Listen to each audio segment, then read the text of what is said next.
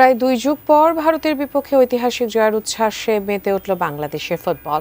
স্মরণীয় এই জয়ের পর হামজা জামালদের জন্য ২ কোটি টাকা পুরস্কার ঘোষণা করেছেন ক্রীড়া উপদেষ্টা আসিফ মাহমুদ সজীব ভুঁইয়া।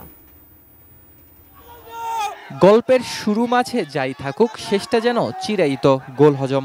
দীর্ঘদিন ধরেই বাংলাদেশ ফুটবলের সবচেয়ে বড় সমস্যাগুলোর একটি এটি। তীরে গিয়ে তরি ডোবার আশঙ্কা সবসময় তাড়িয়ে বেড়ায় সমর্থকদেরও। তবে এবার বিশ্ব দেখল ভিন্ন এক বাংলাদেশকে। দাঁতে দাঁত চেপে শেষ সেকেন্ড পর্যন্ত লড়াই করে জয়ের খরা কাটালো লাল সবুজের দল। হামজা মুরসালিনদের এই জয় শুধু মাঠেই নয়, জায়গা করে নিয়েছে কোটির হৃদয়ে। এখন সবার একটাই চাওয়া, এই জোয়ার যেন থেমে না যায়। বাংলাদেশ এই একটা জয়ের অপেক্ষা ছিলাম, যেটা আমরা পেয়েছি। বাংলাদেশ, আমরা খুবই হ্যাপি যে বাংলাদেশ এই ম্যাচে জিতেছে। সবাই ভালো খেলছে, আলহামদুলিল্লাহ। এভাবে জয়ের দ্বারায় ধরে আমরা আগামীর ফুটবল অনেক দূর যেতে যাই।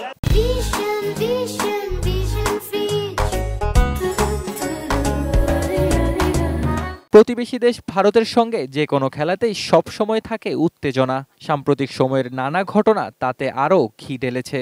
তাতেই কি ম্যাচ শেষে বাঁধভাঙা উচ্ছ্বাসে মাতে পুরো স্টেডিয়াম।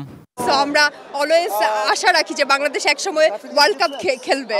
ভালো দেশ জুড়ে এখন উৎসবের আমেজ। খেলোয়াড়দের উৎসাহ দিতে ম্যাচের পরই বাংলাদেশ দলকে ২ কোটি টাকা পুরস্কারের ঘোষণা দেন যুব ক্রীড়া উপদেষ্টা আসিফ মাহমুদ সজীব ভুঁইয়া। এবং অসাধারণ খেলা উপহার দেওয়ার জন্য বাংলাদেশ ফুটবল দলকে যুব ক্রীড়া মন্ত্রণালয়ের পক্ষ থেকে ২ কোটি টাকার আমরা পুরস্কার ঘোষণা করেছি।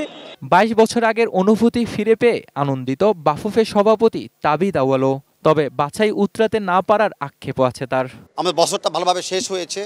আমি ক্ষমা চেয়ে নিচ্ছি যে আমরা এশিয়ান কোয়ালিফাই করতে পারি নাই, আর আমাদের লক্ষ্যমাত্রা থাকবে যদি কোনোভাবে সেকেন্ড পজিশন নিতে পারি আমাদের গ্রুপে, সেটা এখন আমাদের মূল টার্গেট। বিশ্বাস রাখতে হবে যে এরকম জয় যেন ওয়ান্স আপন না হয়, নিয়মিত যেন আমরা জয় লাভ করতে পারি, নিয়মিত যেন ভালো খেলতে পারি, সেটা হবে আমাদের এখন নেক্সট চিন্তা। আগামী মার্চে সিঙ্গাপুরের বিপক্ষে শেষ ম্যাচ খেলবে বাংলাদেশ।